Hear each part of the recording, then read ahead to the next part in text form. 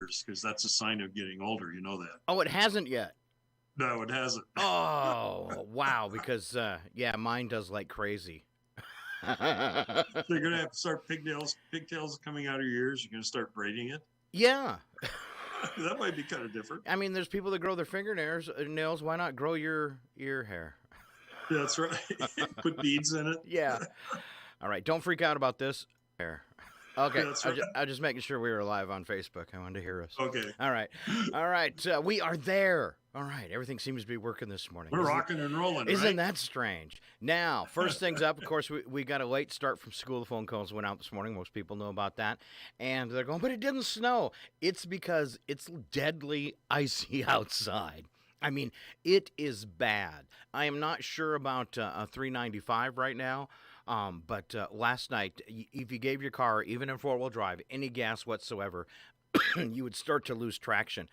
City streets in Chihuahua, like glass. I was coming down Main Street on the west side, back toward the light, and I'm doing 5 miles an hour, and my car just starts going sideways. There was a little slope in the road. The Stevens County put out a PSA this morning on Facebook saying, if you don't have to go anywhere, don't, especially off the main highway. Yes. So, and so I don't have to go anywhere, so I won't. Excellent. Yeah, That's right. It is definitely dangerous out there, so be careful. It is a great day for a slip and fall accident. Let's see. I thought I had. Yes. I have. So this is my warning for today. I've fallen and I can't get up. All right. And then this is me last night going by my friend's house. Literally pulled myself along the car like I was on skates, and then almost fell twice trying to get to the front door. And then when I left, oh.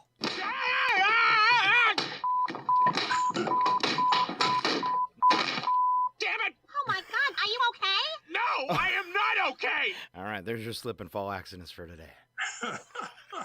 Yeah, have you ever fallen on ice and not been able to get up? No. Oh, really? Yeah. Oh, we're so slippery, you kind of crawl to an edge so you can get up. Well, that's the way it is today. So. Yeah, I remember once I was in Oklahoma City and one of their big ice storms came through. Okay. And I got up in the morning to go out to my car, and my car was just coated with like a quarter inch of ice. Ew.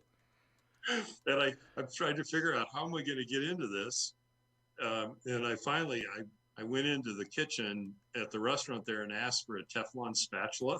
And the guy goes, "What for?" So I can chip the ice off my car so I can get in. Oh, did he give you one? He did. Yeah, he was nice. Yeah. Can I borrow a spatula to scrape my windows? Yeah. Does that work good? Probably would. I'm curious. Yeah. We're all going to need a spatula. Yeah. No, right. I mean, I'd rather drive almost through a blizzard than have to deal with ice. So. And don't forget when they have late start at school, they don't get breakfast when they get there. Ah, okay. I didn't know that. So, and then about 30 minutes after they get there, they do start serving lunch, though. But, there's usually no breakfast on the late start. So, be aware of that. One of the things I miss is not being live. Well, I guess I am live. Not being in the studio is having fun with their menu. Yes. All right, a quick look at the weather for today. Rain early, then clouds in the afternoon. Temperature steady in the mid to upper 30s. A chance of rain today, 70%. 30 for an overnight low, which will just ice it up again. There you go. No rain in the forecast tonight. Tomorrow, mostly cloudy day, 37 and 31, just a 9% chance of precip. Really light on the precipitation all the way through Sunday.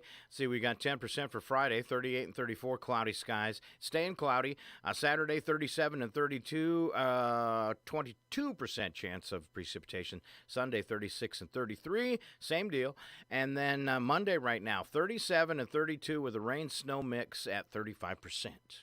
So it's going to be right at freezing the entire week. Yes, and if you have a tanning booth, please invite me over.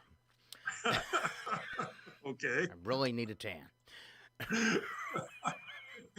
Oh, okay. Well, I don't. So Are you sure? I'm sure I don't know. I'm looking at you. It looks like you could use a little sun. I could. You're right. A little vitamin D.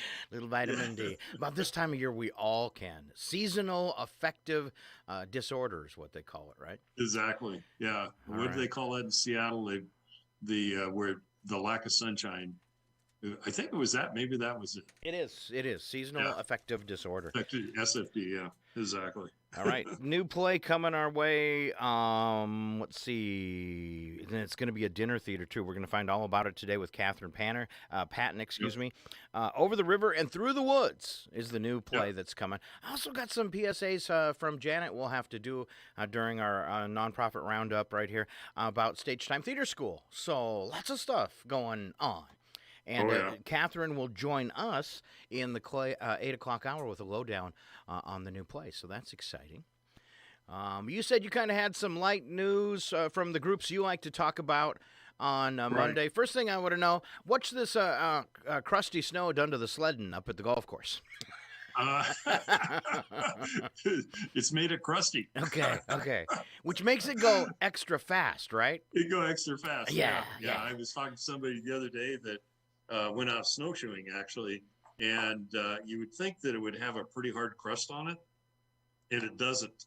And I think it's because of the rain actually. Okay. But yeah, as far as we'll start with the golf course. I mean, the winter sports is still going up here. We probably still have an easy 18 inches to 2 feet of snow on the ground. Okay. I know last weekend it was pretty busy, just by looking at the parking lot as I drove by. And just to remind people, the golf course is open Friday, Saturday, and Sunday for sledding, snowshoeing, and cross-country skiing. We want you to park in the parking lot by the clubhouse there. There's two of them. There's one down below by Sand Canyon. There's another one kind of up by where the clubhouse itself is. And inside the front door, there's two important things. One of them is there's a map and kind of the guidelines of using the course. And then the other one is the only open restrooms on the course. So, and then the Rusty Putter course is in there, and there's complimentary coffee or hot chocolate. And then, of course, the restaurant's open, so the menu's available and things like that, too. So, yeah, we're really pleased with the turnout. And we're going to continue it as long as we can. I mean, at this point, we got enough snow on the ground. My gut feel says it's probably going to be a while without any problem. Okay. And you just disappeared. And I'm still here. I'm still here. Oh, okay. I can hear you, but where are you? I needed to itch my nose, and I didn't want to do it on the camera because it might look like I was picking it. Oh, okay. And you haven't had breakfast yet, right? Yeah, right. Here, I'll do it again. Okay. And then I'll go like this and go, oh, man. Oh, I came back too soon. Sorry. Okay. And then the Rusty Putter, is open on the weekends, 8 in the morning until 7 o'clock on Friday and Saturday, and then 8 to 3 on Sunday. They run specials every weekend. And they vary from weekend to weekend. It's for the whole weekend, unlike during the year where, we can rotate the supplies fast enough. This, when Sean sets the special, it's available on Friday and Saturday for dinner. And then on Sunday, generally, whatever is not used, then they'll do something like a couple weeks ago, they did lobster eggs Benedict because they had some leftover lobster from the Friday and Saturday dinners. I mean, stuff like that. So, but yeah, we invite people up. Come and enjoy it. It's a great community asset. It's all privately owned, of course, but it's open, and the course is marked. Now, people ask me if it's groomed, and no, it's not groomed because we do not have a grooming machine, but it is free. So that's the offset to that. We look forward to seeing people. I think it's actually going to be a pretty nice weekend to do that from a weather standpoint. Yeah. It's, then bring the kids up. The kids are more than welcome, that type of thing. So that's what I got for the golf course. Let's start with the chamber, or let's go to the chamber. Okay. Actually, two things. One of them is the stay and play package is going now. If you go onto the website, which is chwila.org, right smack in the middle of the website, you'll see a green box you can click on and register for the stay and play package, which is a winter package. It includes a couple of ski passes, their night stay at the Nordleg. It's got some restaurant gifts, coupons in there, and it's got some chamber bucks. So it's a nice little package. We're trying to encourage people to come to town. So if you're trying to get somebody to come to visit you and you want to go skiing with them, you can register and see if you can win that package. The period of time is from the 1st of January until the middle of February. And then we'll do the drawing right after the 15th of February. The couple other things we're working on, one of them is Valentine's Day is coming up. So the marketing committee is working on some promotional around Valentine's. Now, Valentine's Day is on a Monday. So we're working with some of the businesses on doing some Valentine specials for the weekend, that type of thing. And we're looking at, we're working on some other stuff. Right now, we've got restaurant bingo going, and you can pick up the bingo cards from the Independent, or they were in last week's paper. And there's 4 restaurants participating in Chewelah, about the same number, maybe a couple more in Colville, and then in Kettle Falls. So it's a kind of a joint type thing to get people out to use our restaurants between the 3 communities. Every restaurant participates, has a stamp, so you have to take your bingo card in there and stamp it. And then once you get a bingo, you turn it in to the chamber, and then it'll go into a drawing for a gift card at the end of January. So it runs through the end of January. We're going to be looking at a program called the Main Street Program. It's pretty popular nationally, and see if that fits in Chewelah. We should be able to come to determination of that within the next 30 days. Let's see. Chamber bucks. If you're looking for something you want to give Scott for Valentine's Day, get him some chamber bucks. That type of thing. All so right. Maybe I should have a girlfriend first before I start talking about what I'm getting. Yeah, that's true. So I think from a chamber perspective, that's about where we're at. We got the golf show coming up in February, and we'll be part of the golf course on that down in Spokane. And we're looking at home show dates for March. We know when the Colville one is now. So, we've had the problem in the past, potentially having the home show on the same day. And so we'll go to a different day on that. And then, of course, that's COVID related to some degree also. And that's still a kind of an issue you have to deal with, because you plan these things and then you may have to kind of, go to square two, because of the COVID restrictions. All businesses, it's, I think, pretty tough to deal with right now. So from a planning perspective. So, and moving on to the Creative District, we met last night. We sent out and a variety of different sources of survey to what people like to see with our grant. And Indigo told us last night we had 72 responses, which is phenomenal. She's pulling that all together into a spreadsheet. And then tomorrow night at 6 o'clock, we're doing a Zoom meeting. It's called The Gathering, and we'll talk to the community of artists and some other people that have an interest, and narrow it down and have a decision made by the 15th of where we're going to put the grant money to work. And this year, between the match and the grant, we've got just a little over $20,000 we'll put back into the community. And then we're continuing to look. I mean, the nice thing about this survey is it definitely is going to be broken down into long-term projects, midterm projects, and short-term projects. Which means the Creative District is starting to become real, because it's starting to do some long-term strategic planning. If you're not following the Creative District on the Facebook page, I'd highly encourage you to do that. We've got actually for a brand new, and maybe you could talk to the Scott, for a brand new organization, we've got just under 600 people following it now. Wow, that was fast too. Which is fast, yeah. I mean, really fast.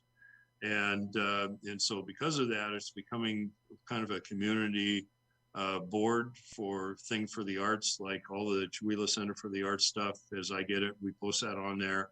I think Melanie Huff put some stuff on there about clogging classes, and if basically if you've got something that's arts or community related to the arts in one form or another, it could be very broad-based, then you could send that to the creative99109@gmail.com for consideration.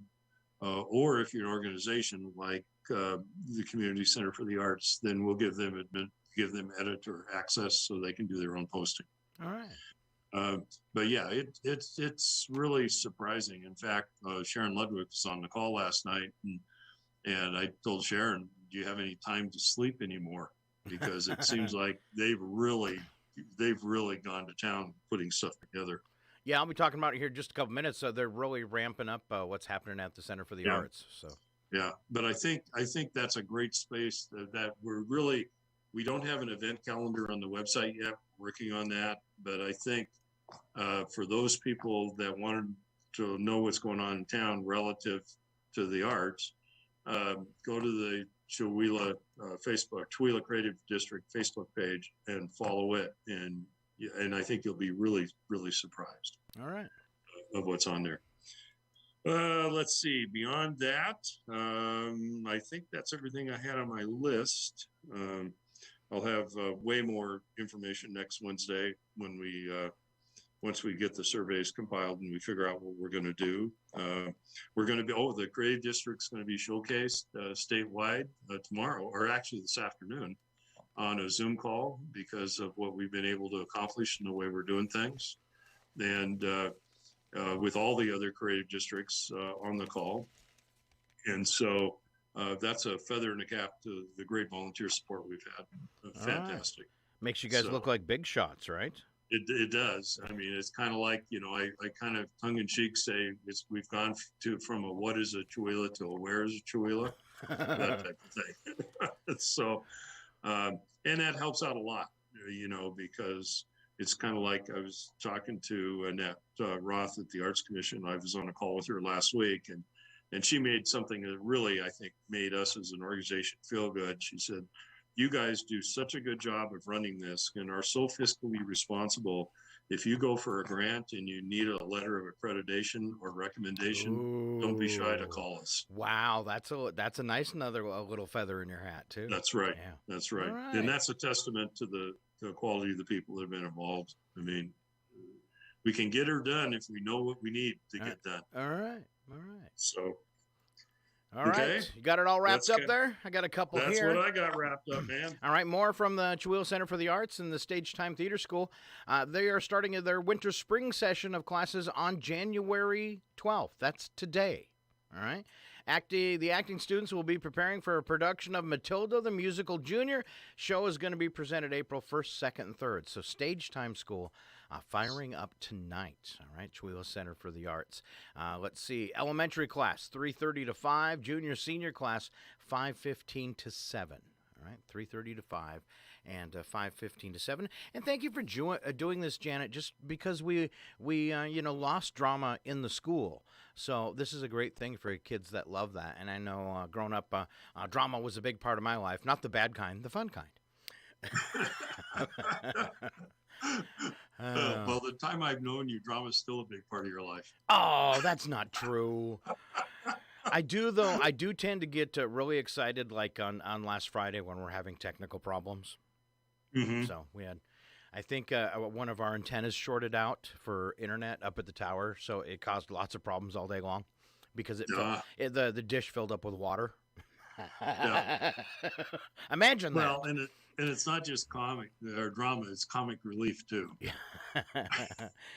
All right, more from the Center for the Arts. Nothing to Lose Productions. That's our ladies. Now that is Janet and Jessica Setti and Chris Carpenter. All right, and they are presenting Songs of Hope and Renewal.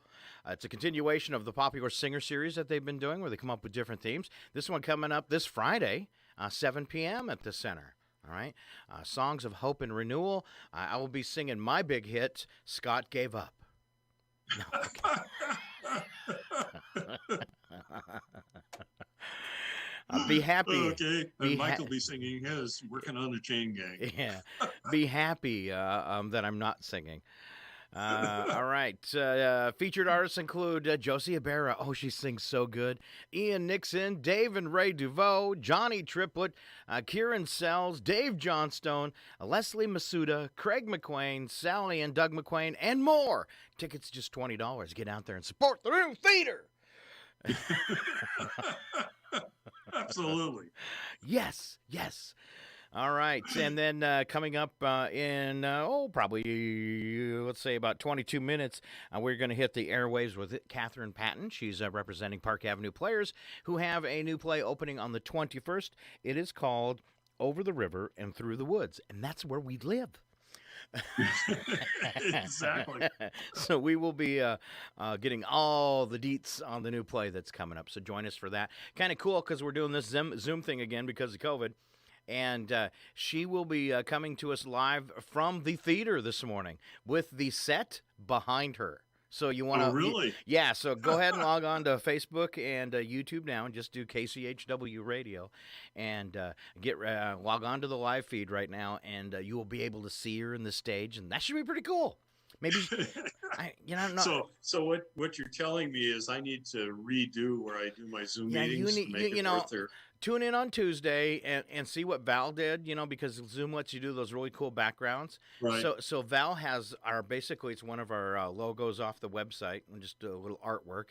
It says Northern Lights Public Radio, and she loves purple, and it's kind of purplish, and it's behind her the whole time. She's on in the morning show.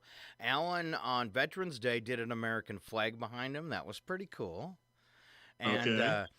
He always has something kind of cool, or there's a blur effect you can do so your background's blurred, which looks kind of cool, and it puts you up front.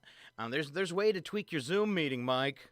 No, right? Okay. So what you're telling me to do is get off my duff and go in and work with the technology. Philip last Friday was broadcasting from a theater. At least that's the way it looked. So why don't you do it? Why don't I do it? Because I'm live in the studio, baby. Got to show the studio. Okay. All right. All right. Well, actually, I tried to do it, and the computer that I run it on said my sound card wasn't good enough. I mean, my video card. And I was like, really? Oh, man. So I'll have to get another try. Okay. Let's see. I've got a few news stories. We'll kind of transfer here a little bit. First one, Bob Saget that passed away over the weekend.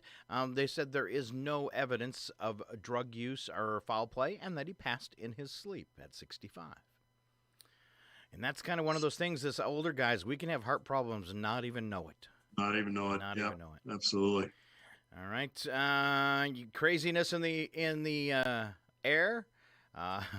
Traveler was apprehended Tuesday after reportedly entering the cockpit of a Miami-bound plane and caused damage to the cockpit. This is according to American Airlines. Alleged incident happened to boarding a flight of 488.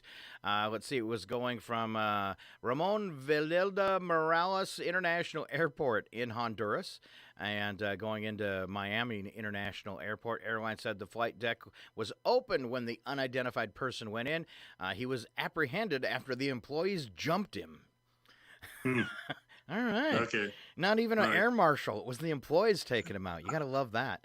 American Airlines said, we applaud our outstanding crew members. Okay. Well, I'm going to give you a warning. I just had a screen pop up saying my internet is unstable. Oh, yeah. So if you lose me, I'll come back. Okay. All right. Let's see. Donald Trump. Oh, okay. Should I really do Trump news? Okay. I'm gonna. He abruptly ended an interview on NPR, which I'm surprised he would do an interview on NPR. It's really not his crowd. In an interview on NPR on Tuesday, Donald Trump hung up after he was repeatedly called out on his baseless claims of election fraud in the 2020 presidential election. Video of the interview shows Trump becoming increasingly irritated as NPR's Steve Inskeep keeps asking him why he's still pushing the debunked conspiracy theories about his defeat. After Inskeep told the ex-president that his fraud claims have repeatedly been proven false, the reporter asked Trump if he'll refuse to endorse any Republican candidates who dispute his lies about the 2020 election. Oh, yeah, if you actually said he lied to his face, that's probably not going to go over very well. That's Right. when Trump hung up. Video shows Inskeep asking Trump, if I can just move on to ask, are you telling Republicans in 2022 that they must press your case on the past election in order to get your endorsement? Is it an absolute? And then he kind of responded, they're going to do whatever they're going to do and they want to do, and whatever they have to do, they're going to do. Okay, I'm going to call that that's his answer. Well, he's already refused to endorse anybody that agreed to it in several locations. So, oh well. All right, you're just going to keep pushing. Move on. We need to move on. Pushing that. Just going to keep pushing that fake news.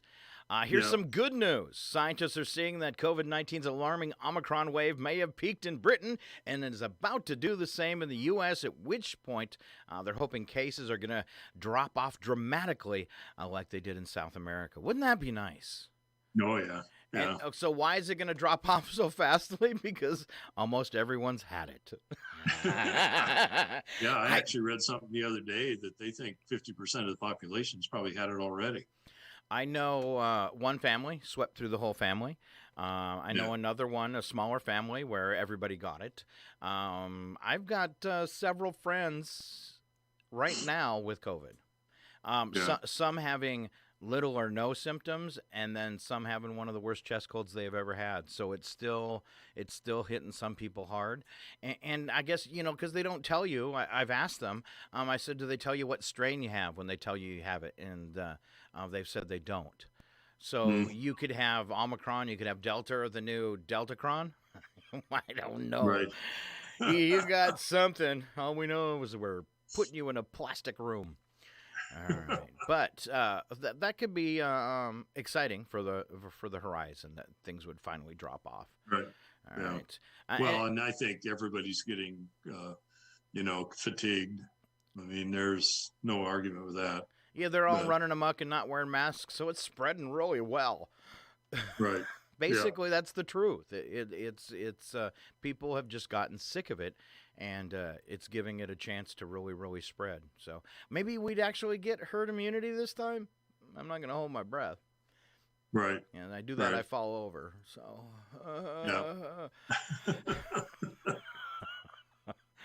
All right, Mike. Okay. Well, I got some news. Okay. They finally declared that inflation's here. No, really? Yeah. Well, actually, last year it's going to come in at about 7%, which is the highest it's been since 1982. Wow. And I'm old enough to remember that. You were probably born about then. I know my daughter's buying a house, and she is totally freaking out because she said, interest rates went up last week twice. Right. It's Well, coming. If you're going to do something, you better do it now, and do not let somebody talk you into an adjustable rate mortgage. Don't do it. I agree with that 1,000%. If someone says to you, because I can't, I thought after the last crash and they said, they made all the new laws and stuff, and Obama was supposed to be doing this thing, and I was so disappointed after it was all over with. And the first time I saw an ad in the newspaper for an adjustable rate mortgage, I'm like, you jerks, that's what caused the crash in the first place. So if someone ever says those words to you, or what's the abbreviation for it? Adjustable rate mortgage, an ARM loan. If someone says ARM loan to you or adjustable rate mortgage, lean forward and lean across their desk and slap them. Well, yeah. I mean, you're rolling the dice. I mean, even if they lock it in for 5 years, and a lot of will do that. I mean, how would you like to come out 5 years ago and say your loan right now is, say, 4%? I don't know what it is, but 4%. And then all of a sudden, 5 years from now, it's 11%. And you're trying to get refinanced when it's high? That's not going to work. Yeah. Right. So Exactly. many people lost their homes during that last one. So many people lost their homes because all of a sudden you're hit with 18% interest. And your house payment just went from $700 a month to $1,200? Yeah. Yeah. Yeah. Yeah. Well, if you can afford it, it's probably a good time to buy a house. But On the other hand, interest rates, historically, they've been really, really low, though. I mean, we've kind of been spoiled for a long time. We have. This run of low interest has went on for longer than I've ever seen. So yeah, well, I remember that my parents built a house in 1954, and their loan back then was 3.5%. And 50 years later, your still loans are 3.5%. Yep. So yeah, anywhere from 3.5 to 4.5, depending on your credit, I suppose. Yeah. So they're still historically really, really low. But they are going to start creeping up, and that little bit of interest makes a big difference on the back end, doesn't it? You're the financial guy. It does. And that's how they fight inflation, is they tighten the money supply and then they raise the interest rates, so it makes it more expensive to do business, which slows down the economy. But, so what we hope for now is they do what they call a soft landing. It doesn't go into a recessionary environment that, and the Fed's got lots of tools to do that. But now the positive is those people that count on interest rates or for CDs and bank deposits, things like that, you'll see those start to decline. Nice. So if you're doing investing, it's a good thing. Yeah, it's a good thing from that perspective, but it also makes, if you borrow money, it also makes it more expensive at the same time. Probably the worst thing you can have right now is a credit card. Well, and there's another thing that Obama said he fixed that he didn't. They changed all they added rules to that kind of stuff. But what I noticed with what I see online or what comes in my junk mail is the top end on the credit when you borrow cash, or if you have bad credit, jumped from what it used to be 18%. Now you can actually have a darn credit card because you got bad credit. It's got 23% interest. Who would charge anything? Why would you charge anything on that? You're never going to pay it off. Right. Yeah. Carrying a debt on that is the minimum payments don't even take care of the interest charges in some cases. And you'll notice that a lot of those credit cards are based out of South Dakota. And the reason for that is South Dakota's usury laws are very friendly to lenders, where a lot of states cap that, so they just house the processing out of a state that really their usury laws, I think the top end, and don't quote me, but I think the top end's 31.2% or something like that. Wow. And so the best thing you can do now is work, if you've got credit card debt, is to work at paying it down. If you don't have credit card debt, don't do it unless you can pay it. I mean, there's nothing wrong with the credit card if you have the ability to pay it off every month. But if you're letting it accumulate, you're just, especially at those kind of interest rates, you're just you're headed down a road, and the sign at the end says, "Welcome to bankruptcy." Yeah. Well, and I know that, everybody, myself included, have been in that position at some point in our lives, and so the best thing you do is, if you got 2 or 3 different credit cards that you've got balances on, start with the highest interest rate first and put some extra money towards it to get rid of it. And then once you get that paid off, take half of the money you used to pay on that, put it in savings, and the other half on the next credit card that has the highest interest rate. All right. Look at you. It's a really, really good strategy that really works very well. The secret is people get so adamant about carrying no debt that they put everything aside to pay down that debt, and then they become debt free, but they don't have any backup cash. So all of a sudden, if something bad, you're using that credit card to get a new fridge, and you're back where you started. Started. So every time you pay off a debt, take half of that and put it in some kind of savings account. All right. And the other half to pay down the rest, the other debt. It takes a while, but it really does work. All right. Let's do that thing where I test your brain power today. You're seeming like you're all over it. Pretty sharp.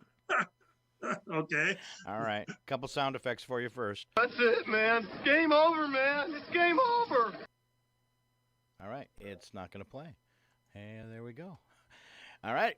Are you there? Because my computer just froze up on that sound effect. I'm here. Yeah. All right. No theme music for trivia because the player locked up. Oh, there it is. It's just on delay. The following program is closed captioned for the thinking impaired. I want to ask you a bunch of questions. I want to have them answered immediately. I think the worst thing about this is I'm usually the one that's thinking impaired. Now the computer is. All right, let's test Mike, though. Fun and games. Here we go. On October 11th, 1919, this happened for the first time ever on a commercial flight. They serve beverages. I'll take that. It was the first in-flight meal. Yeah. It was on a flight from London to Paris. All right, Americans will consume 27 billion calories on what day? Billion, like a bee? Billion, like a bee. 27 billion. Valentine's Day. No, sir. Then it's got to be Thanksgiving. No, sir. 4th of July. No, sir. You're running. Man, it's not I'm a really holiday. dying. It's not a holiday. It's not a holiday? It's not a holiday. Well, to some people it is, but it's not. Oh. On this day. It's coming up soon. It's your big hint. Okay. Super Bowl Sunday. I already said Valentine's Day. Super Bowl Sunday. 27 billion calories. 27 billion calories. Since I don't watch the Super Bowl, I wouldn't have known. All right. I'm going to give you 15 seconds, Mike. All right? And you have to name 10 words that begin with SL. Okay? And I think, yep, I got enough fingers today I can count. Okay, SL or FL? SL. Like slow, slander, sleaze. Okay, keep going. Slew. My mind just went blank. Isn't it hard? I know. Puts you on the spot. Hard, yeah. Right. No, shoes doesn't have that. SL. I said slow. Slogan. What it was doing last night. How about sleazy? Now you're just cheating. All right, let's move on to bingo. Okay. You're going to spell the word bingo with each answer. Something to curl up with in front of the fire. Something curl up in front of the fire? Yes. Begins with a B. Starts with a B, right? Yeah. Women like to do this with a glass of wine in front of the fire. Booze. Read a book. Oh, book. Oh, okay. Let's see. I'll make it real easy. What hockey is played on? Ice. The island in Peter Pan? Neverland. A high-end Italian fashion and leather goods company? Gucci. And a spice often used on pizza? Oregano. You almost spelt bingo. I just don't curl up in front of the fire. All right. Bingo. It'd be easier to play restaurant bingo. That's right. Yeah, and you can do that, right? Yeah. All right. In the last 500,000 years, the Earth has seen 74 billion what? Your rotations? No, people being born. 74 billion since in the last 500,000 years. And I guess so. It's growing exponentially. What is it? Next year we're going to hit 9 billion on planet Earth. 9 billion, yeah. I know it's yeah. I remember back when it was only 3. Wow. That's too many people. Yeah. All right. Over 3 million trees are used to create this each year, and it's coming up. Now you're really confused me. I was going to say happens in April. April Fool's Day? Nope. IRS forms. Over 3 million trees. Wow. Okay. Can't we do it all digitally and save those 3 million trees? Well, that's what I thought. Most time it was digitally or it's recycled paper. All right, we're running out of clean air. Please plant a tree. In 2000, there were almost 28,000 of these in the U.S. Today, there are around 2,100. All right, and we're talking about, I won't answer that. So 2000, there were 28,000 of these kind of businesses in the U.S., and now there are only 2,100 left. Kind of businesses? Is that what you said? Yeah, these type of businesses, yes. Oh, okay. Video rental stores. That's it. And that's actual stores, not rental boxes like Redbox. Right. All right. Good job, Mike. Good job. A couple more. 11% of people say they've called in sick to work because of what? They got bit by their pet. Nope. Stress. Stress? Oh, really? Yeah, I can't come into work today. I'm too stressed out. Yeah, well. I did that with a job after a vacation. I called him up and said, I'm back from vacation, but don't put me on the schedule because I had so much fun I can't come back to work here. You're one of those. I literally told him that. It was such a stressful job and a 2-week vacation, and they gave me such a hassle about taking the vacation after like not having a vacation for 2 years. And Right. I like totally de-stressed, and I literally could not bring myself to go back to work there. It was such a bad environment. Well, I guess in that case, it's okay. All right, thank you. Okay. All right, Yeah. in your life, And you got your vacation out of it anyway. yes, I did. In your life, you will go through 20 gallons of this stuff. It's in your bathroom. Soap, No, shampoo. nope. Goes in your mouth. Oh, mouthwash. Nope. Toothpaste. Toothpaste. All right. 21% of bottled water has this in common. That's not pure. I'll take that. It's actually tap water. Yeah.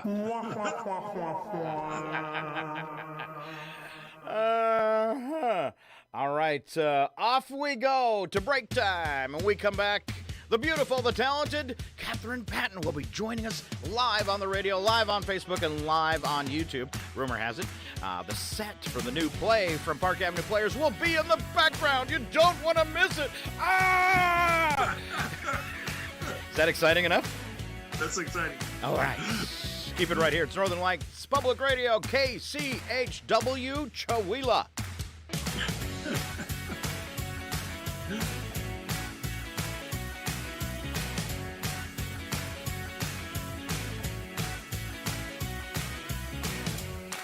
You have the ring, and I see your Schwartz is as big as mine.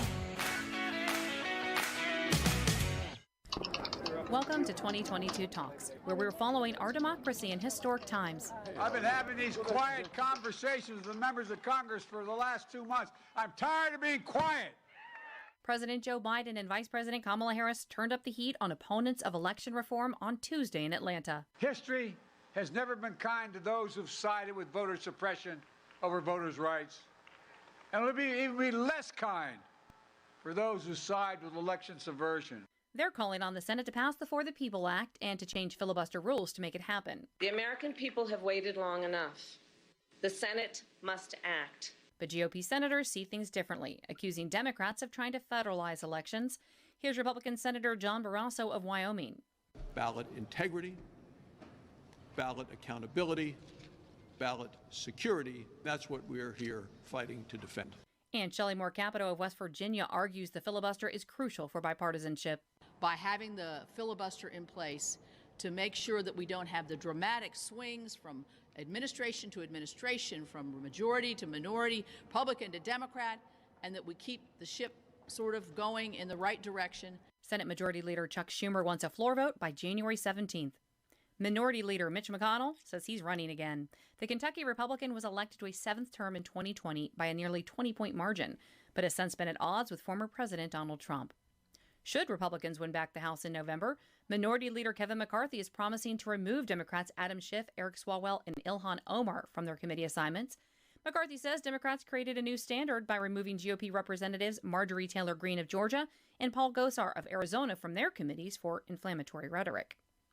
U.S. Capitol security officials say the complex is much safer than a year ago, but note further improvements are needed.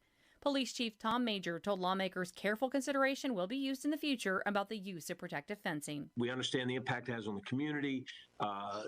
Many members don't like it. Meanwhile, the House panel investigating the January 6th attack at the Capitol is deciding just how aggressively it should pursue information after Republican Congressmen Scott Perry and Jim Jordan both refused voluntary interviews. On Tuesday, the panel issued subpoenas for 2 advisors to Donald Trump Jr., the former president's eldest son. Dr. Anthony Fauci sparred with Republicans during a Senate hearing, accusing Rand Paul of fueling threats against him. That was after the Kentucky senator accused him of smearing doctors with differing opinions. So your desire to take down people... You're incorrect. As usual, Senator, you are incorrect almost everything you said. Well, no, you deny. The nation's top infectious disease doctor was later caught using choice words for Kansas Senator Roger Marshall, who accused him of hiding financial disclosures. What a moron. Fauci noted the documents are public record. I'm Mary Sherman for Pacifica Network and Public News Service. Find our 8 Trust indicators to support transparency and accuracy at publicnewsservice.org.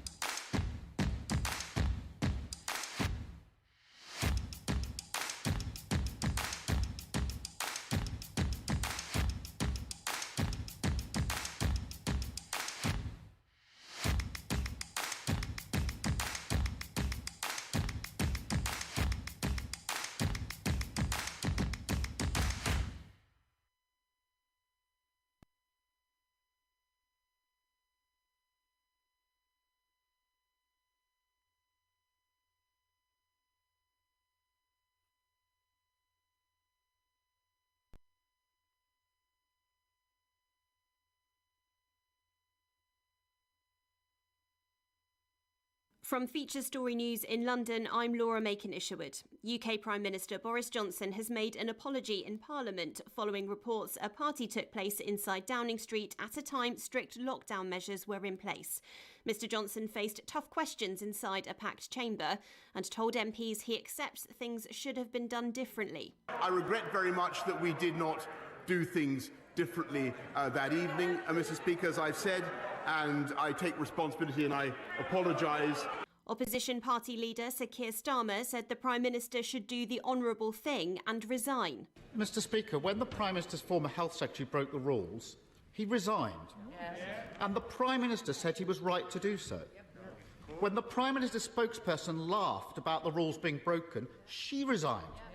And the Prime Minister accepted that resignation.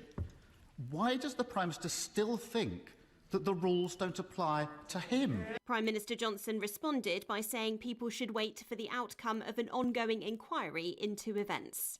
Kremlin spokesman Dmitry Peskov says drills carried out by the Russian military near the border with Ukraine have no connection to Russia-NATO negotiations taking place this week. Representatives from Moscow and the military bloc are in Brussels for the first talks to take place in more than 2 years. Julia Chapman has more from Moscow.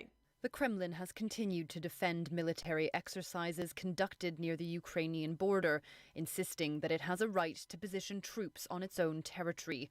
Some 3,000 personnel carried out drills in southern Russia on Tuesday, including live-fire exercises. Moscow has denied reports from US intelligence that more than 100,000 troops are amassed near Ukraine and says it has no intention of attacking.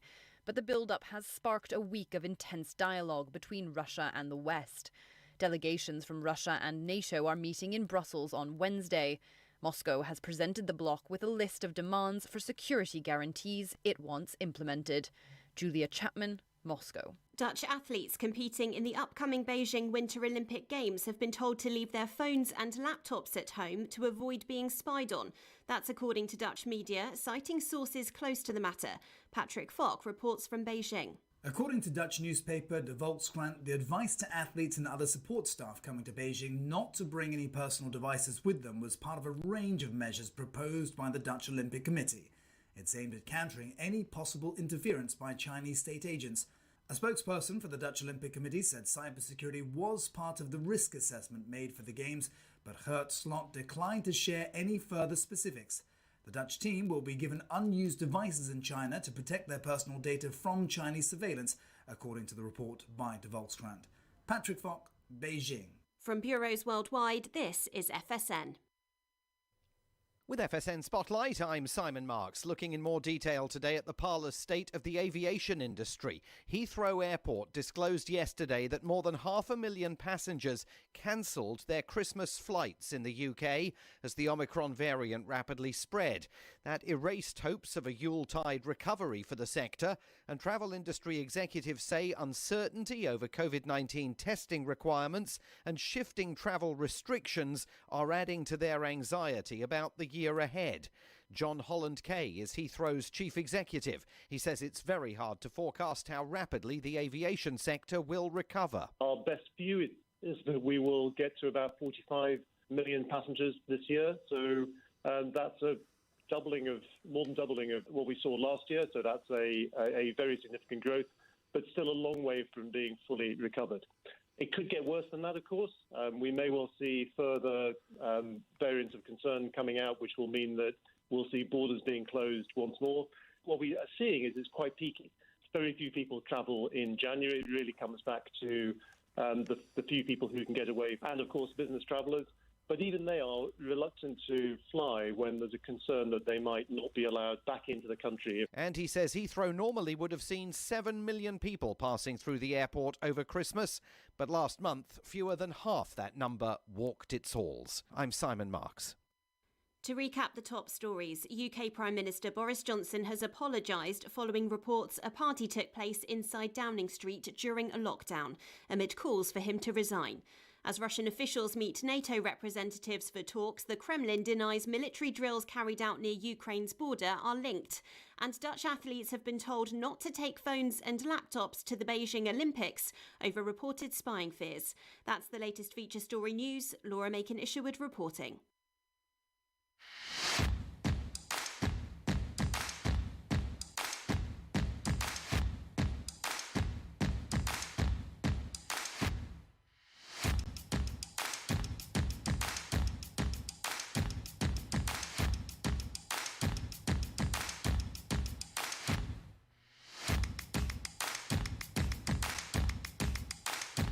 All right, thanks for staying with us. It is KCHW Chihuahua 102.7 FM, and we are ready for part 2 of this morning's broadcast and our special guest, Catherine Patton. Good morning, Catherine.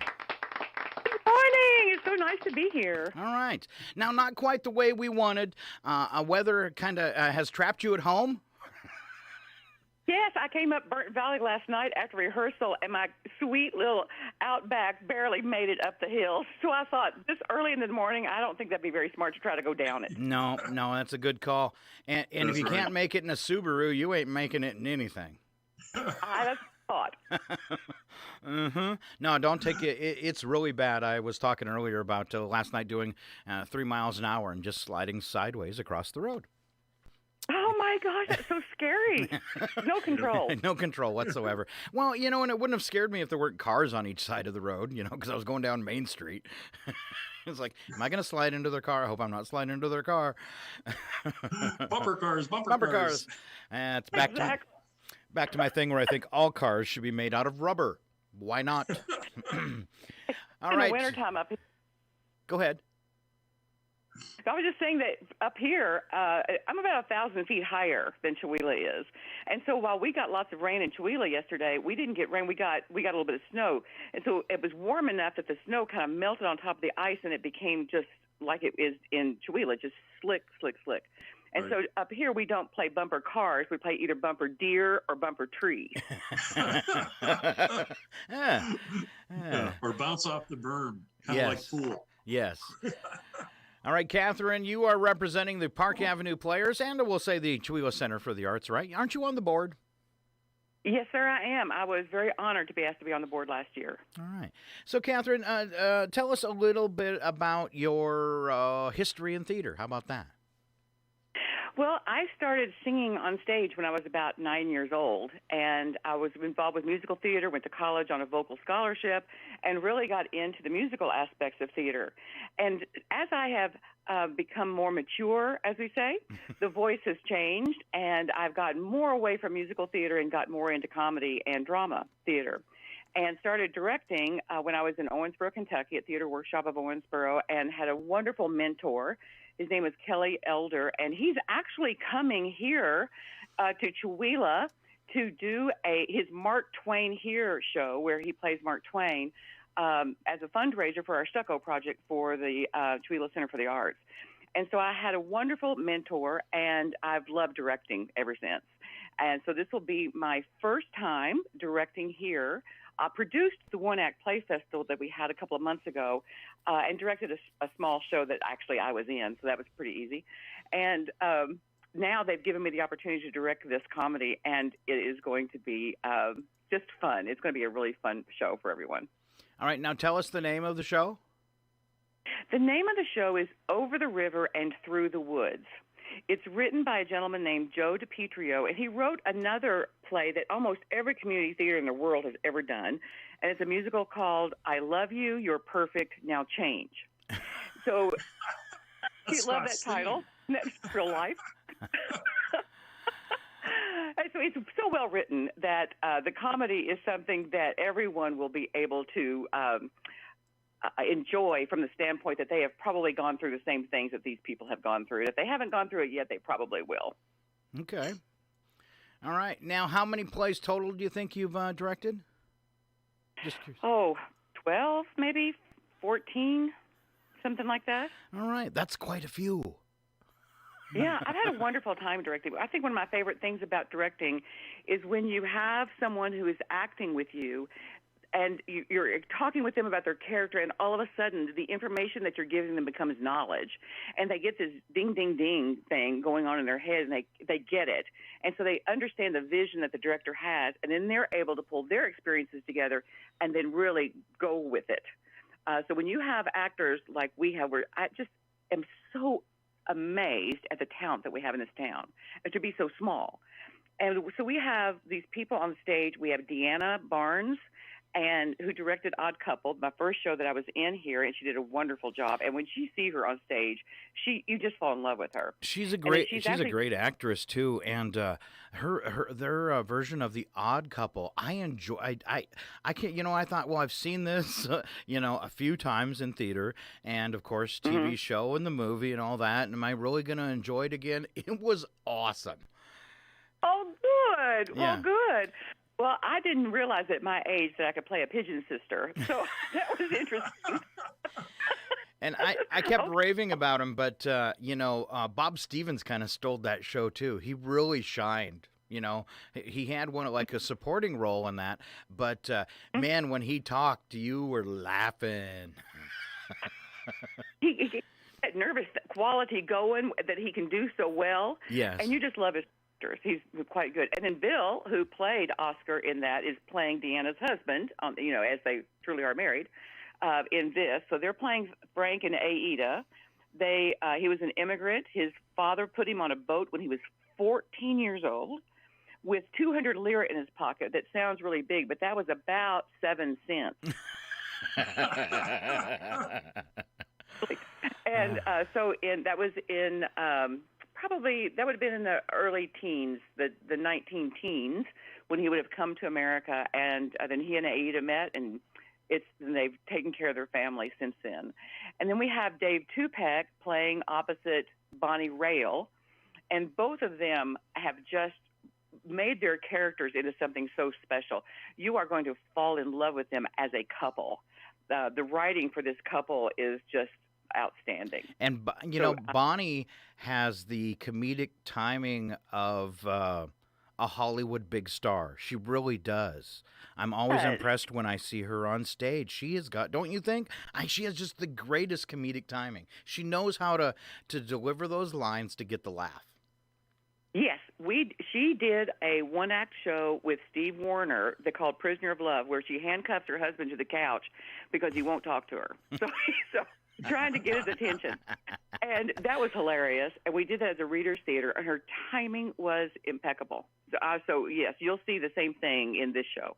And back to Bill, were you here when Bill was in Arsenic and Old Lace? I wasn't living here then. I didn't think so.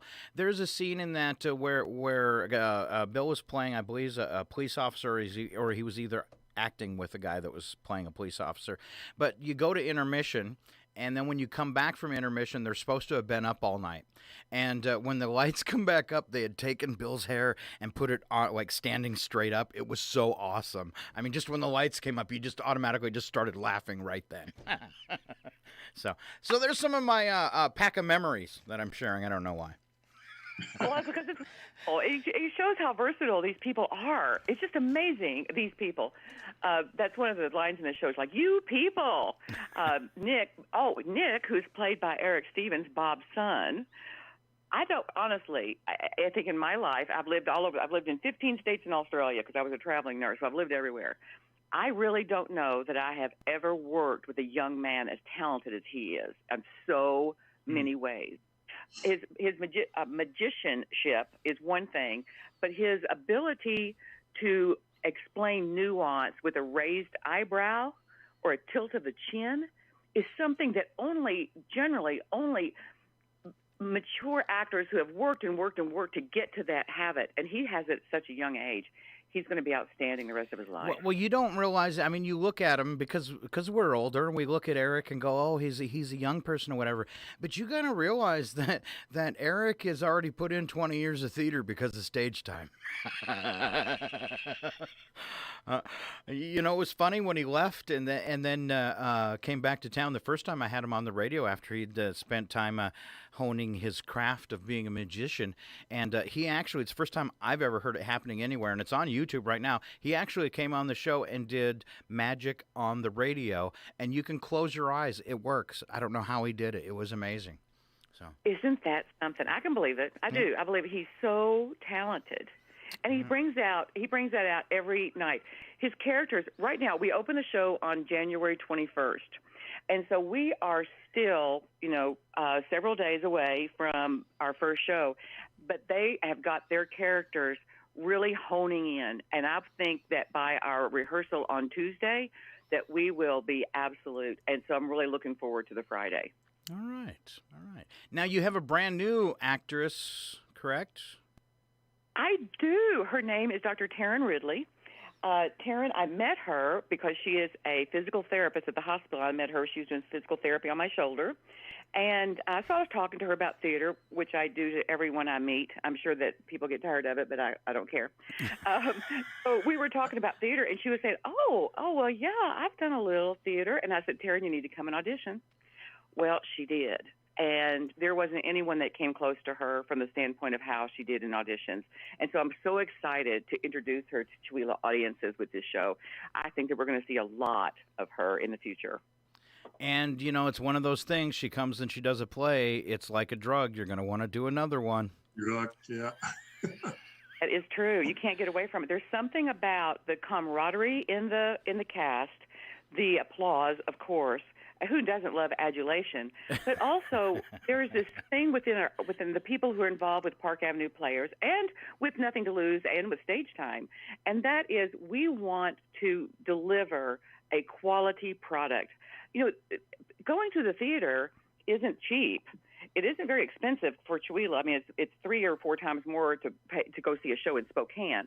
But the thing about it is that we want to make sure that even though we are amateur, it doesn't mean that we're mediocre. So we want to make sure that we deliver a quality product so that people will continue to come and enjoy the theater and get involved. Because for all of us, even if you think you don't have a creative bone in your body, there is so much that has to be done in the theater that there is a place for anybody, no matter what kind of talent you think you do or do not have. Sometimes it's just the best idea. You just come up with a great idea and it changes everything. So you don't have to be a degreed theater arts major or anything like that to be involved with theater. You just want to be up there or help with makeup or help with lighting or with sound or with stage management. We always need somebody backstage. We need someone helping. So there's some place for everyone in the theater. All right. Well, and there's even things, set construction. Sometimes you guys have got to rearrange that your configurable flooring and that kind of stuff too. So more hands, right? Yes, absolutely. All right. Did you miss anybody you want to give kudos to in the play? Did we mention all the lead characters? We did mention all the lead characters, but I can say that I want a big shout-out to Daniel Green and to Sherry Freeman. Daniel is my stage manager, and it's his first time stage managing. He's learned so much since he started coming to the theater. He's outstanding. Everyone has seen him on stage many, many times. He was with me in Molly Sweeney, and he was in The Odd Couple. He played opposite Bill. He played Felix. And you've seen him in a lot of different things. And Sherry Freeman, who everyone knows, is like one of the best directors that I've ever worked with. And she has been a mentor to me, helping me with, since this is my first production, there are a lot of people you need to know. You need to know who to call to help with your set. Who's going to help me paint? And so I'm so new. She has really stepped up and given me lots of guidance. And she comes to rehearsals and she says, well, what about this? And I think, no, I don't like that. Or, yes, what a brilliant idea. She's just been a wonderful mentor to me. So thank you to both of them also. All right. Now, I heard a rumor there's some dinner theaters returning? Some dinner shows? Yes, I'm so excited. Yes. On the 22nd, the second night of our show, which is a Saturday, we are having an Italian dinner. It's going to be like a buffet, although we're plating it for you. But we are having Caesar salad and antipasto. We're having cheese manicotti, so it's a vegetarian option. We're having lasagna with Italian sausage and ground beef in it. We are having a magnificent lemon almond ricotta cake for dessert. And then we'll have some zucchini and squash, for vegetables. And we are going to open our doors on that night at 5:30. If people want to come in and have a glass of wine or two or a beer before they have their dinner. We start dinner service at 6, and then the play starts at 7. And we have sold twice as many tickets for that dinner theater as we have before by this time for dinner theater. So if you're interested in the dinner theater, we still have tickets left, but go ahead and get them so that we'll know that we have plenty of food for everyone. I think people have been missing the dinner theaters, because in the few plays we've had since COVID started, you haven't been able to do that. That's true. So. And the way that we're setting this up, everyone will be masked while they're in the line, and we are plating it for you. One of my favorite things is that I asked the board of directors for the Chihuahua Center for the Arts to be our servers, and they are. So you'll be served. Good one. Yeah, thanks. Yeah, I like that one. A little more service to the community. So we'll be plating for you. Yes, I do want some of that, or no, I don't think I want that. And so we'll be plating for you, then we'll hand you your plate, then you can have a seat, then you can take your mask off and enjoy your meal. And then masks on again for the show, of course. We want to stay open. This isn't a political thing. We're just trying to play by the rules so that we can stay open, continue to share our entertainment with the city. Well, make those board members work for it. After they, serve someone their meal and stuff, they can just look down and go, "Would you like to make a donation?" Oh, trust me, I'm sure that Bud Evans will be all over that. All right, now this one's got a lot of dates. Can you break them all down for us and ticket locations? Absolutely. So we open on Friday the 21st at 7 p.m. That's on a Friday. All those tickets are available online on our website at ChihuahuaCenterForTheArts.com. It's also available at Acres Drug Store and at Valley Drugs. So your tickets for everything is available through those. Dinner theater tickets will be available for the 22nd of January. Those tickets will be available until, at those outlets until the Wednesday before. And then after that, you will have to come or call the box office to get those so that we can make sure that we have food for everyone. And then on Sunday, the 23rd, it's at 2 p.m. And so that's our matinee performance. And then the next weekend on the 28th and 29th, which is Friday and Saturday, we open our curtain goes up at 7. And then again on the 30th, we will have a matinee at 2 p.m. Okay. Now, so the dinner theater is only the 22nd. Correct. It's just one night of the dinner theater. It's the 22nd. It cuts down. I mean, we've had to cut our seating 50% because of COVID. Right. And we had to cut it even more for the dinner theater, for the tables. And so we only wanted to cut our seating capacity down one time. So we want everybody that wants to come dinner theater to come on the 22nd. And if I may give a little promotion here, it's also my birthday. So sing happy birthday to me as you go to the line. Okay. I like how you did that. All right, so just the one dinner theater, so get on it or you won't, right? Exactly right. Exactly right. All right. I had a question for you, and I forgot. You got anything, Mike, that you'd like to ask about the play? Not really. Okay. Because, Taryn's my PT too, so I've been getting the blow-by-blow every week. Oh, you're pretty informed. All right. Yeah, so I would just encourage people to go. It just sounds like it's going to be a blast. Oh, I remember what it was, Catherine. I saw some kind of email where you guys were looking for a server for the play. Did you find that, or are you still hunting for that person? Did. And here's somebody else that's new. Her name is Tawny Adams. And Tawny is going to be my food hanger. There's a lot of food in this show. One of the lines that Nick does is like, my family firmly believed in the 3 F's, faith, family, and food.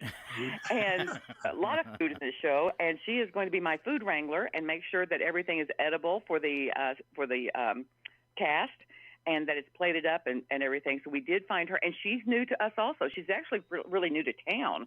And she came in one day to the theater and said, I'm interested in getting involved. And we said, oh, do we have a place for you? And so it's exciting to have somebody else new also. She also came during the One Act Play Festival. So getting new people for Chihuahua to see, and to get involved with the theater is a passion of mine. All right. Well, you did a great job. And thank you for getting involved with the local theater, too. You've come a long way since you moved to town. Thank you. And that's a testament to the type of people who are involved with the theater, is that they opened their arms to me and said, "Hey, what do you want to do?" I said, "I want to do this." And once they trusted me and knew that I wasn't a fly-by-night and wasn't, just an idiot, although sometimes I can be, then they just opened their arms and said, "What do you want to do?" And I said, "I want to do this." And they said, "Okay." I took it to the board. Here's my presentation. This is what I'd like to do. And they said, "Yes, do it. We'll support you 100%. And that's why we have the playbill that we have now. And that's why we have the One Act Play Festival. I'm so excited that they have just opened their hearts and minds to new things. It's been great. All right. Anything else? Did we miss anything you wanted to get out there? The main thing is to know that this show is absolutely hilarious. It's a family show.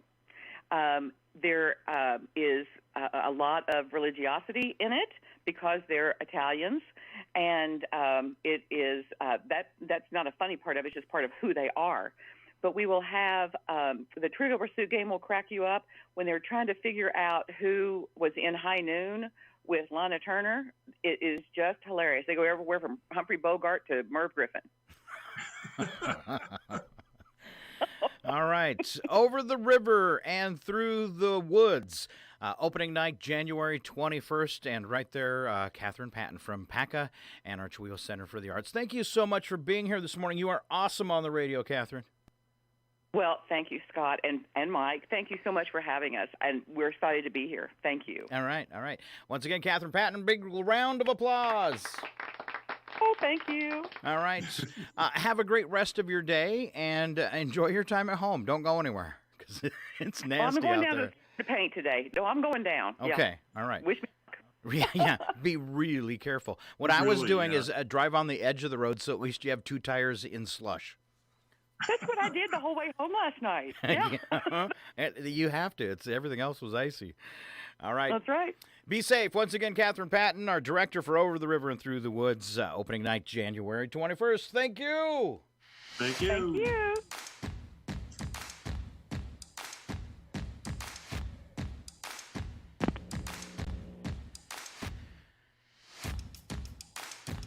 All right, Mr. Bentz, it's back to just me and you. Think we can handle it? I don't know. That's, she's so animated. We got to step up our game. Yeah, I know. Wow. Awesome interview. Thank you very much, Catherine. All right, as we move along this morning, it's time for local birthdays. Looking at the 12th, we have just one, and it's John Franks Jr., who we used to call John. Really? He won't like that, but we did. All right. Celebrity birthdays, we will turn to Mike Bentz, who is hopefully prepared. I'm always prepared. Okay. I just don't know what at. Okay. All right. Well, let's start out with Missy Elliott. All right. Let's start out with her. Okay. Well, she's 71. I would never have guessed that she was that old. Is that okay to say? Yeah. Okay. Mature. There you go. Mature. I like, Catherine made that comment. Mature. Okay. All right. Yeah, that ages me, because remember when she was on Cheers? Yes. Actually, I think it was before Cheers. She was actually in one of the Star Trek movies. Like this. Oh, really? Yeah. I didn't know that. Yeah. Oh, okay. Uh-huh. All right. And the next one is somebody you either love or hate.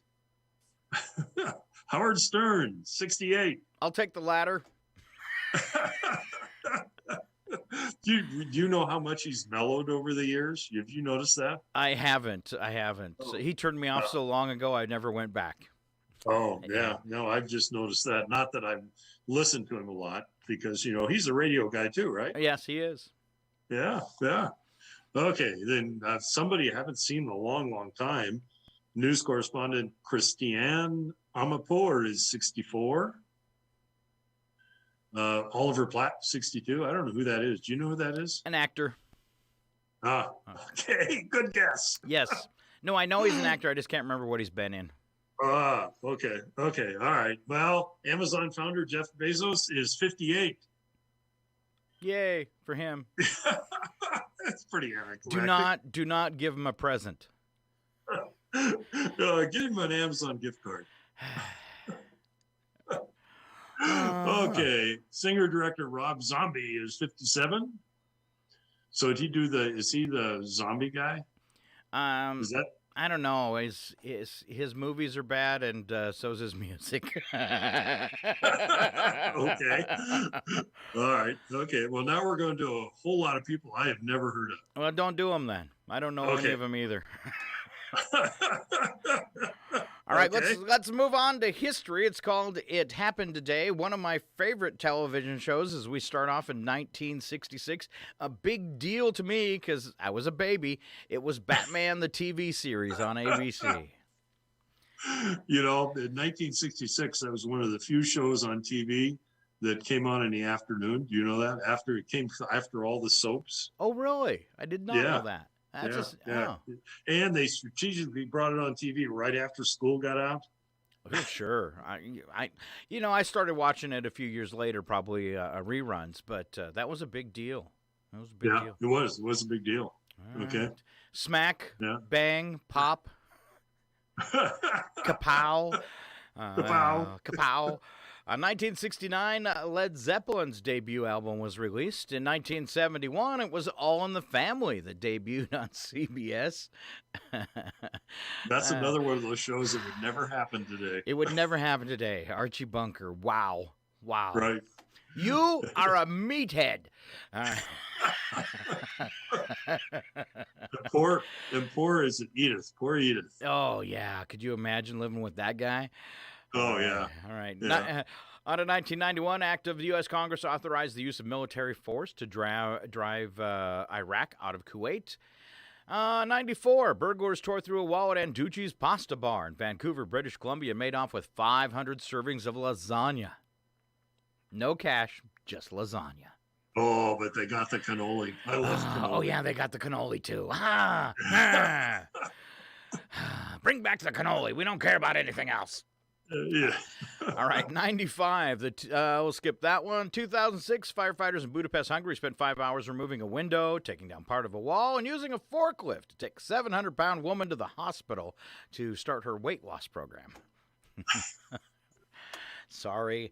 And, all right, in 2019, Missy Elliott became the first female rapper to be inducted into the Songwriters Hall of Fame. Ooh. Special events, Mike Benz. Oh, the first one is a Brandon Hansen Day. Oh, where's Brandon Hansen at? Oh, it's Kiss a Ginger Day. Oh, man, bring on the Brandon Hansen. I got some smooching and COVID passing to do. Oh, then we move into Hot Tea Day. Okay, not as fun as kissing a ginger. Well, let's move on to Curry Chicken Day then. Not either, no. No? No. Oh, okay. Well, what about Pharmacist Day? I have seen a few pharmacists I'd like to kiss. Hey, Valley Drug, wake up. And one of my favorite days, Glazed Donut Day. Oh, you and the cops. And we look to. So when I get pulled over, that's how I try to distract him. I say, really? You got your ticket book? Well, I have a glazed donut. Yeah, I have a brand new box of Krispy Kremes. I will trade you. All right. Sorry, just a joke. Number of the day. Mike Bentz, what's our number of the day? 17. Okay. And this is true and sad. It is. All right. Okay, 17 Americans die every day because they cannot get the needed organ donations. And don't make a joke about that. That's serious stuff. That's serious stuff. Yeah. Be an organ donor. It's easy to do. Yes, I have an extended family that lost a young daughter. And that's what they did with her organs. And I was thinking, that's so much better than my organs because, like, if I offered mine up, they go, oh, no. No, yours would be donated to medical facilities for study. Yes.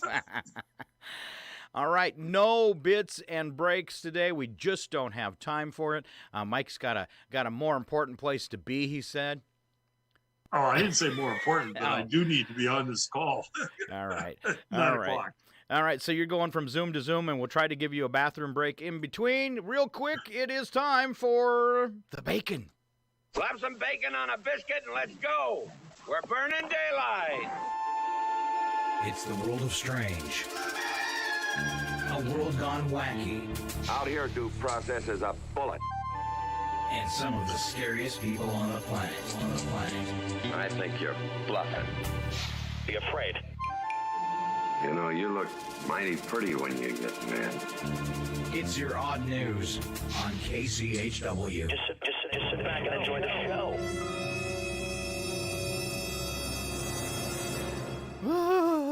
We always start off with a news attack for your odd news.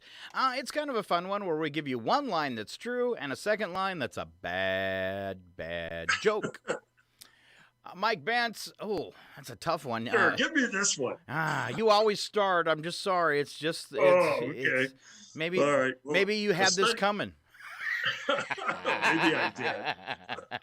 Okay, well, you know, a study found rhinos use a chemical makeup of their dung to tell other rhinos their gender, age, and whether they're looking for a hookup. Huh.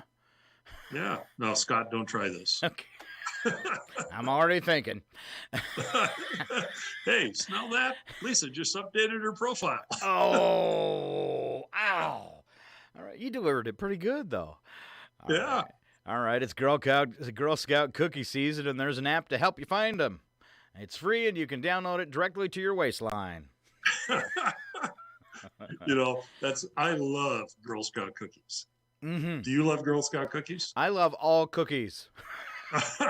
You're not discriminatory. No, Okay. all cookies, good. The only better cookie than a Girl Scout cookie is a Loretta cookie. Okay, there you go. Okay. All right. All right, so let's talk about Tesla. All right. All right, you know, their full self-driving mode has a level called assertive.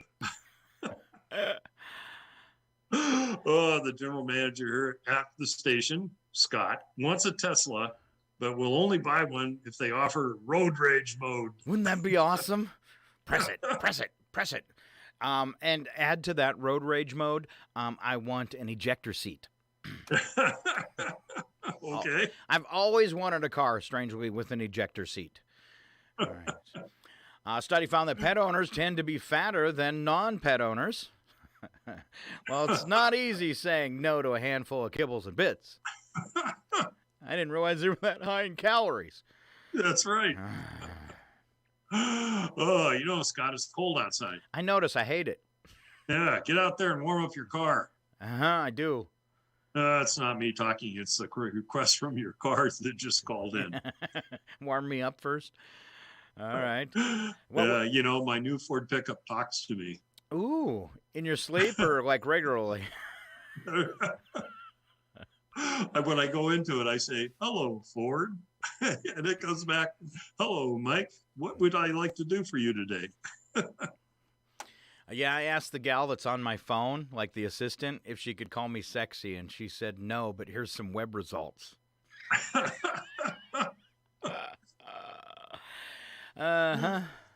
I did train my phone, though. When she talks to me, she does call me lover boy. I like that.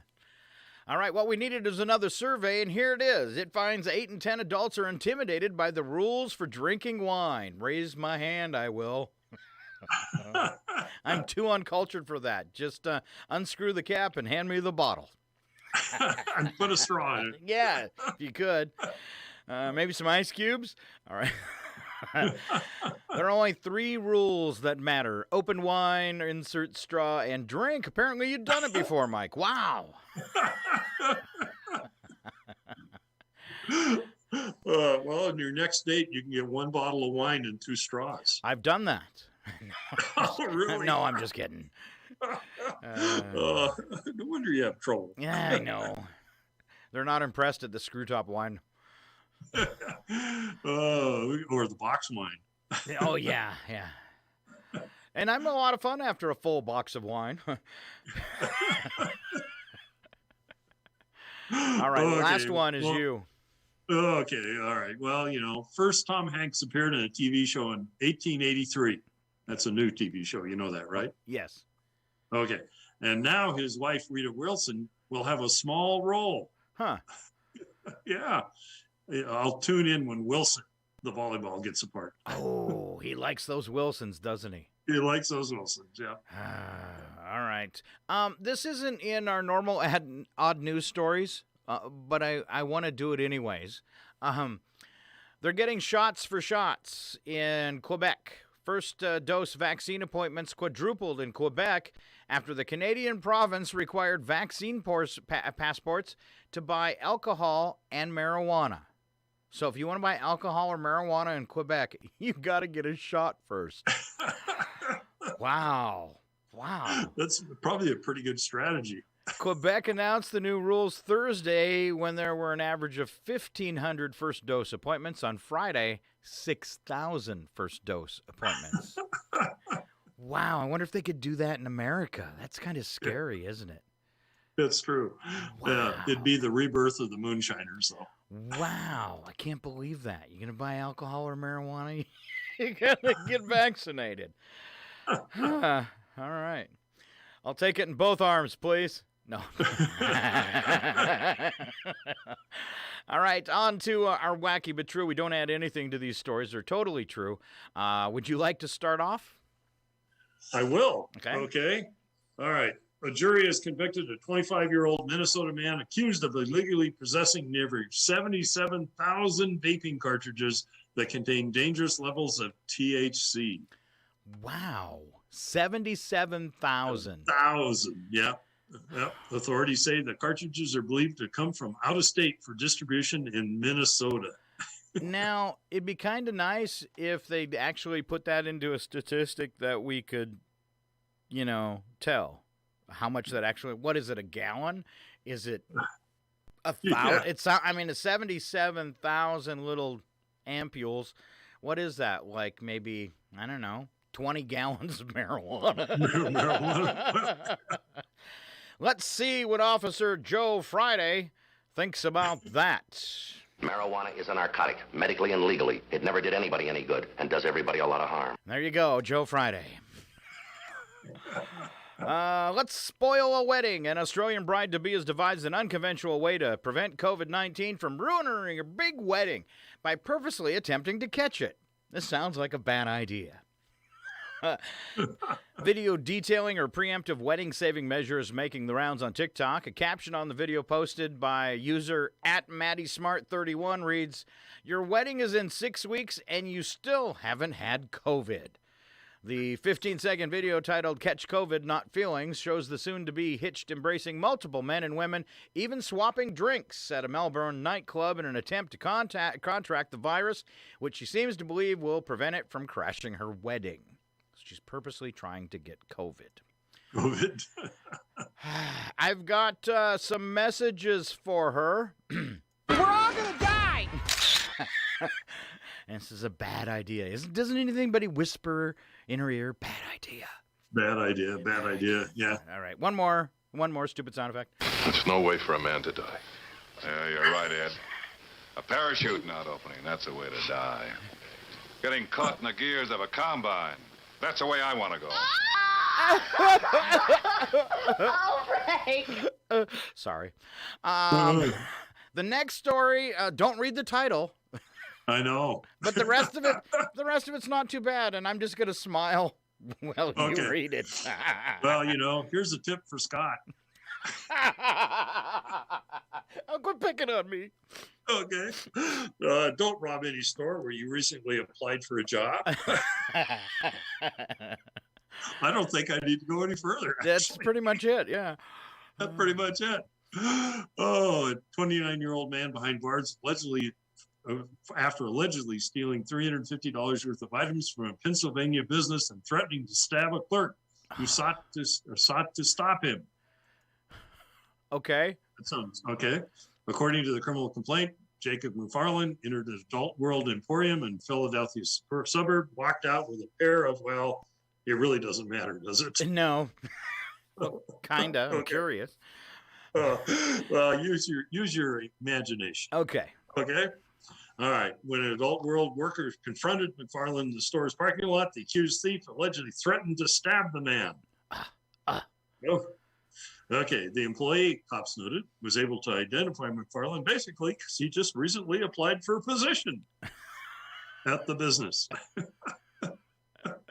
So let's see. We had his name, his telephone number, his address, his social security number, his past work history.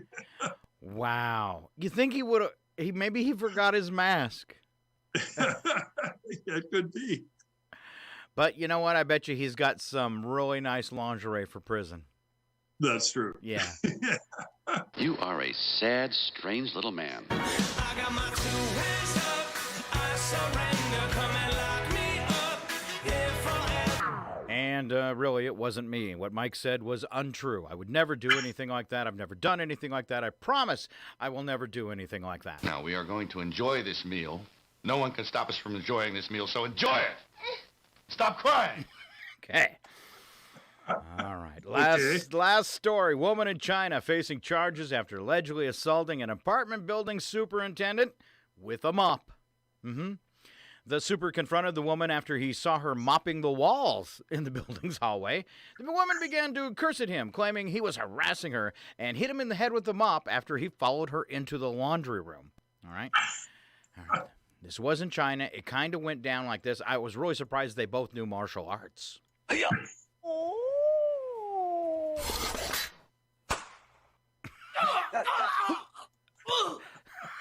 That's exactly how it went down. And that's your odd news for Wednesday. Maybe we ought to turn on the searchlights now. No. That's just what they'll be expecting us to do.